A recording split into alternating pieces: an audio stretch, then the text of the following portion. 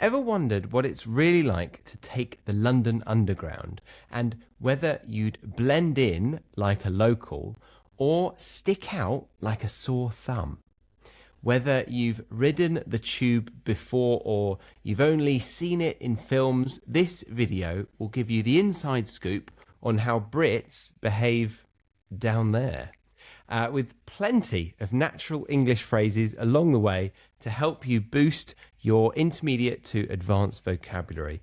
You'll also get a fun pronunciation and listening challenge. We've got 3 different accents to keep up with today, all wrapped up in a hilarious culture-packed story. There's 1 tourist, 2 very British blokes, and 1 very awkward tube ride. And at some point, I'll pause the story to show you how to take your learning even further using this video's content. So by the end, you'll feel even more confident with your English speaking abilities. All right, are you ready? Let's get into the story. Oh, although, huge warning to anyone French. You may get incredibly offended by this one, and for that, I can only apologise. All right, let's find out why, shall we? Scene 1. Green Park Station entrance. Late morning, a crisp day. The entrance to Green Park Station bustles with Londoners going about their day. Chris is already waiting, checking his watch. Mike approaches with a Greg's bag and Lucozade. Ah, finally! I was beginning to think you'd been arrested again. Nah, just popped into Greg's. Man's got to line his stomach before navigating the underworld. You mean the underground? Same thing, innit? Chris rolls his eyes. Hugo approaches excitedly, waving his phone around and taking a photo of the station sign. Are you ready for this? I'm sorry, French people. Bonjour, mes amis. I am ready. We go now, yes, to the tube, no? He said Z, mate. He's buzzing. Yes. Well, I thought we might go somewhere with the tube rather than just on it. But it is the experience I want, sir. The underground. It is so British, like Sherlock Holmes or Rain, or queuing for a Boots meal deal while crying inside. He just wants to ride it like it's a theme park. We can't just sit on the Circle Line for 2 hours. That's weird, right? He's French. Their hobbies are different. Don't kink shame. Let's just come up with an actual destination, somewhere dignified. Right, so not Greg's in Stratford then? God, no. Fine, where you want then, your lordship? It's so exciting. I hope we get stuck. I hear it is part of the charm. This guy gets it. They head toward the station entrance together. The escalator rumble just audible beneath the London street noise. This is going to be a long morning. Scene 2. Inside Green Park Station, escalator and ticket barriers. Hang on a sec. Before we carry on with the story, just a quick note. You might have noticed a few words and phrases highlighted as we are going through the story.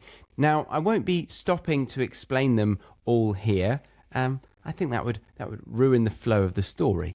But I have made a PDF lesson pack that breaks them down for you, and it includes some simple exercises to help you actually remember and use them. And here's something you may not know.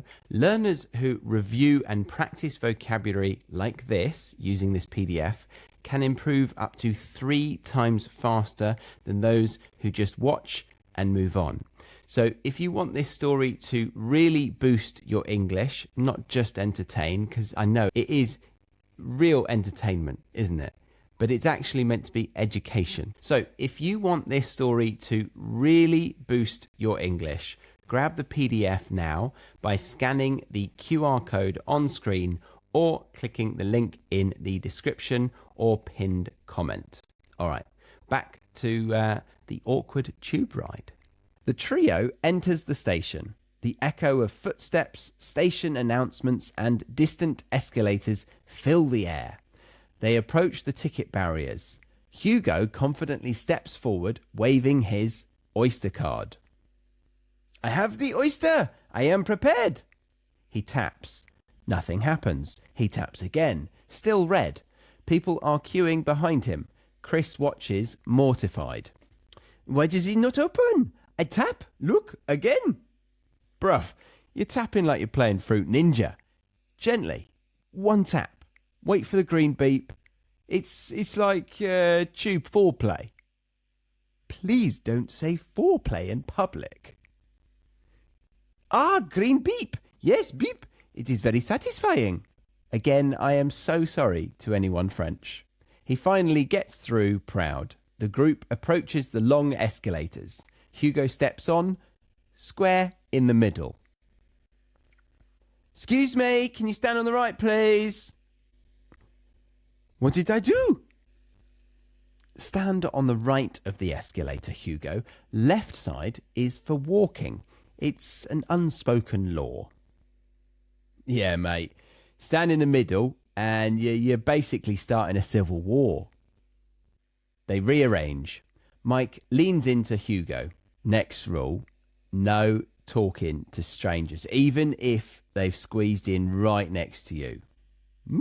We'll see about that. Wait, do we get to hear the voice? What voice? The lady, the one who says, mind the gap.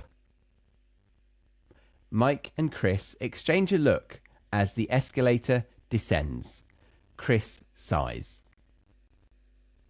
Scene 3. Green Park Station platform. The trio arrives at the platform. A train whooshes past but doesn't stop. The classic ding-dong chimes, followed by a muffled announcement. It's not really a ding-dong. We are currently experiencing a minor delay due to a signal failure at bank. We apologise for the inconvenience. The platform is crowded. Chris folds his arms. Mike leans on a pillar. Hugo gazes around with wide eyes. The air, it smells of metal and tension. That's the underground, mate. Why are you talking about the smell? I'm sorry, is it just me or is Chris an absolute plonker? He seems just constantly annoyed with things. Anyway. Because it's so real. It feels like, I don't know, a film set from the 90s. Yeah. One of them apocalyptic ones where everyone's lost the will to live. Look, there's the yellow line. He walks right up to it. Do I stand on it or just near? No, never on the line. You'll trigger a full-on commuter meltdown. Or get sucked under by the gap. It's like a monster. Mind the gap. Ain't just advice. It's a threat. Ah, yes. Mind the gap. The sacred phrase. He attempts in a mock British voice. Oh, here. Okay. All right. So a French person doing a British accent. Mind the gap, please. that was posher than Chris, that. Let's not take the mick. She's a national treasure, that woman. They hear the familiar three-tone chime again. The next train is approaching. Please stand behind the yellow line. As the train rolls in, Hugo gets a bit too close to the edge again, filming it. Hugo, for goodness sake, no selfies near the tracks. But it is beautiful. Look at it, like a silver serpent. Mate, it's a Jubilee line train. It's not Sagrada Familia. Scene 4. Inside the tube carriage. Doors beep. The train is packed. The trio squeezes in. Hugo is visibly delighted.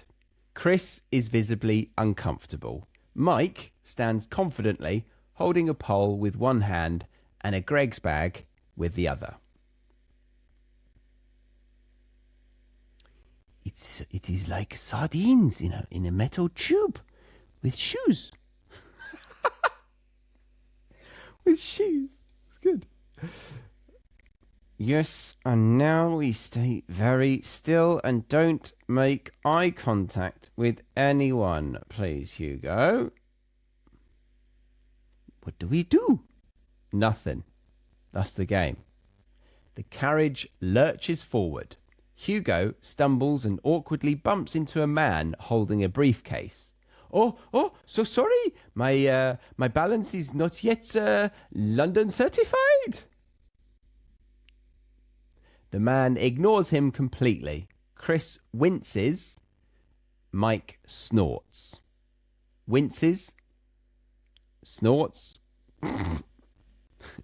You're right there, Hugo. You just apologised to a bloke who'd ghost his own nan. Hugo looks around the carriage. No one is talking. One person is reading a book. One is staring into space.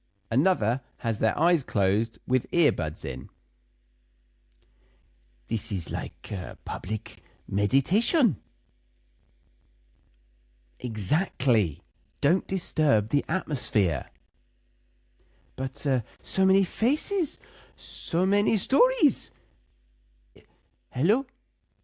Excusez-moi? Where are you going? No, absolutely not. You just tried to start a conversation on the tube, mate. That is like asking someone to waltz in a lift. It's quite a good comparison. Suddenly, a guitar strum breaks the silence. A busker starts singing Wonderwall. Oh, God, I've got to sing now. Okay, got the guitar. I've just thought of something clever. I'm going to be a busker that can't sing because I can't sing. So, yeah. All right, so ching, ching, ching, ching, ching, ching. Can you see my guitar, my lovely guitar here? Today is gonna be the day that you're gonna throw it back to you. Today is gonna be the day that they're gonna throw it back to you. All right. Today is gonna be the day that they're gonna throw it back to you. Mike perks up immediately and starts mouthing along. By now, you should have somehow... Oh no, not this! Is this part of the service? Realise what you gotta do. A few commuters look mildly irritated. The busker moves closer. Oh God, I've got to do a busker's voice. All right. Buskers, I'm going to put on stereotypes. Buskers usually have it hard. Normally, sometimes living on the street. So he's probably got quite a husky voice. So, oi, oi, mate, oi, mate. And he's got the guitar. He's going like this, and then he's, oi, mate, you sing, you pay. That's emotional blackmail, that is. We're getting off at the next stop. Scene 5. Still on the train, approaching Waterloo. The train slows. The lights flicker slightly. A ding-dong chime plays. Passengers shuffle. Hugo is still beaming from the busker's performance. Chris checks City Mapper on his phone. A good app if you're ever in London and want to use public transport. City Mapper. Better than Google Maps. In London. Mike picks something out of his teeth. Well, that's a bit gross. Mike picks something out of his teeth. Right, we should actually decide where we're taking him. Easy. Chicken shop in East Ham. Cultural as it gets. We are not taking him to a place where they deep fry Mars bars. They don't deep fry Mars bars in East Ham. That's Glasgow. Keep up. Well, we could go to the V&A, show him a bit of refinement. Art, history, the Raphael cartoons. Oh, yeah. Sounds well exciting, that. Nothing says welcome to London like a dusty robe painted by a bloke from 1510. Sorry, who is Raphael? Is he also a busker? Legend. No, Hugo. Raphael was an Italian painter, Renaissance period. Very famous. Oh, okay. So where are we going? South Kensington Museums. Nah. Canary Wharf. Show him the future. It's not the future. It's just glass and finance bros with tight trousers. And electric scooters. Hugo will love it. Honestly, I don't mind. I just want to ride. This is so intoxicating. He's off his nut on public transport. You don't have a preference? I feel like I'm inside the veins of the city. Mate, if you think this is veins, wait till you see the loos in Victoria Station. Train announcer. VO, voiceover. Okay. This is Waterloo. Change here for the Bakerloo, Jubilee and Northern lines. Right. Decision time. Chicken or culture? Is there cultured chicken? There is, actually. It's called Nando's. Dear God. Scene 6. Waterloo Station exit. Daylight. Automatic doors swoosh open. The trio emerges onto the busy concourse of Waterloo Station. There's a buzz of travellers, street noise beyond the barriers, and the gentle whoosh of buses outside. I don't know why he's squinting. It's not like it goes from suddenly dark to light. I've never squinted. I suppose if it's really bright outside. Okay, shut up. Just read the script. We survived. Yes, and somehow, despite everything, you enjoyed yourself. It was magnifique. The silence, the glares, the strange electric tension in the air. I feel reborn. Mate, you sound like you've just been to Glastonbury. No, better. Nobody spoke to me. Everyone avoided eye contact. It was beautiful.